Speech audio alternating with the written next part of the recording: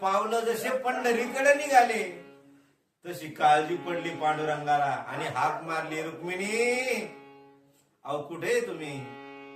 तुमचं लुगडं आहे का एखादं शिल्लक? द्या बरं मला. काय करायचं लुगडं? काय नाही, मला आज लुगडं नेसून बघायचंय.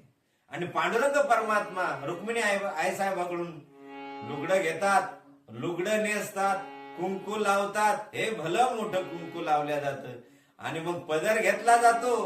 अहो काय भानगड आहे, काय मेळ आहे तुमचा? अहो कुणीकडे जायचंय असं आज थटून नटून तुम्हाला? अगं माझा भक्त बघ ना, त्याच्या मंडळीचे 9 महिने पूर्ण होत आले आणि त्याच्या मंडळीनं त्याला सांगितलं की तुम्ही तुमच्या बहिणीला घेऊन या. आणि तो भजन करत अगं पंढरपूरच्या वाटेला लागला ग. मग त्याच्या पत्नीचं बाळातपण करण्याकरता मला जायचंय. मग मी जाते ना? नाही नाही, मी माझ्या भक्ताचं काम आहे, मी स्वतः करणार, मला ते करण्यामध्ये आनंद आहे.